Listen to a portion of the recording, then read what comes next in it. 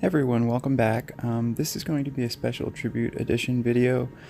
Just my way of saying thank you to a very special hiker that really came to my aid last summer and in a way saved me.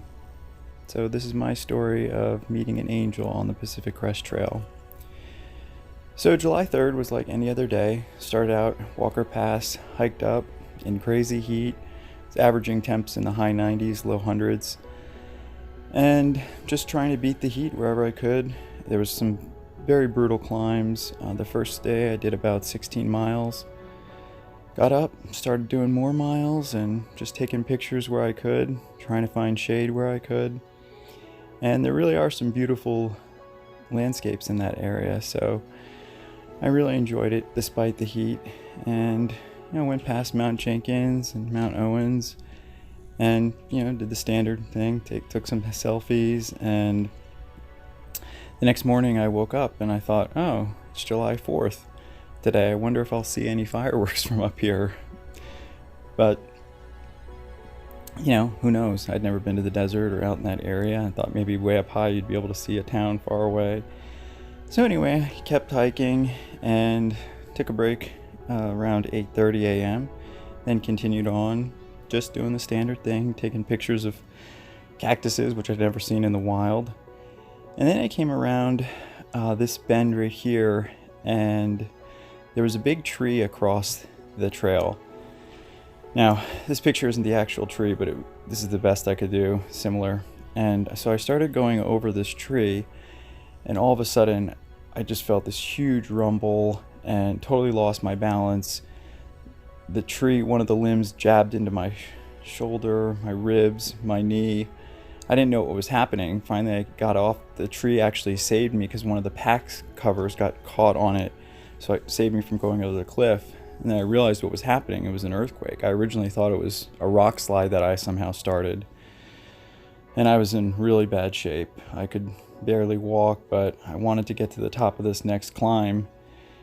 And I was in between water sources. My next water source was about 9 miles away. So I got to this spot. This is the actual campsite I stayed in. This isn't my picture, but this is the one I stayed in. And this is when I realized my water situation was very dire. I had been packing out plenty of water, but I didn't realize I was going through so much more due to being injured. So right as I made camp, I started getting settled in, and I was trying to think of what I was going to do because I was down to less than 8 ounces of water and I still had almost 9 miles to go.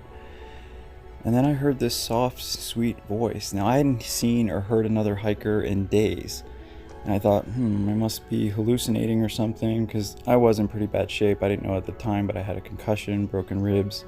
And I looked out and I see this beautiful girl standing there and asking me if I was okay, if I had got how I fared in the earthquake. And I thought, this must be an angel.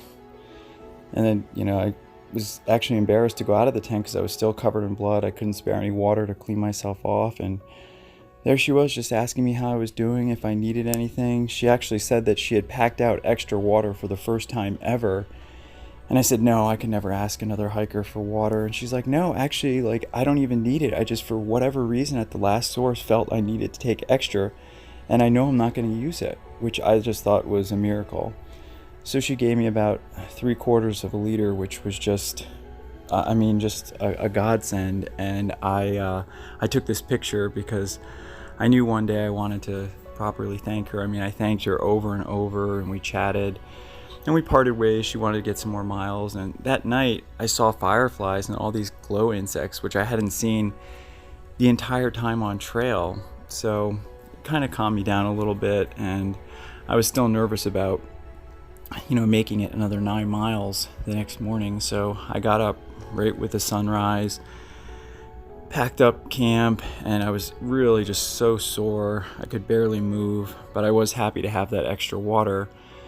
And I had about 9 miles to go from where I was, and about maybe a mile down the trail I met up with Abby, and she was like, why don't we just hike to the next water source together? And I said, well, I feel bad, I'm going to slow you down. I was going maybe a 1/4 mile an hour. She's like, no, it's okay, I want to. Which I thought was just so sweet. So we finally made it to the next water source, which was this, and I packed out 7 liters of water, even though I was in terrible pain. And we chatted, and it turns out she was from my hometown. She didn't live there anymore, but I just thought that was such a coincidence and amazing. So then I moved on to my next campsite, and I heard these rumbles of thunder. I'm like, it's a clear blue sky. How could it be like thundering? What's going on? Well, it was another earthquake, which was even worse. This one lasted like 5 minutes. Really got my heartbeat going, but luckily I was in an area where I could get on flat ground, and I wasn't really affected by that one. So that was another blessing. And then the next morning I got up, and it was another slow, painful hike heading towards Kennedy Meadows. And I'm telling you, when I saw the Kern River, it was such a beautiful sight because I needed water. I wanted to wash off some of the blood before I got to Kennedy Meadows. And I made it, and then I got a ride to see a doctor. And anyway, I just wanted to make this short, quick video to say thank you to Abby. If you ever see this video, I just wanted to thank you for being my oasis in the desert and being my angel. I'll never forget that. Thank you so much, and thank you everybody for watching.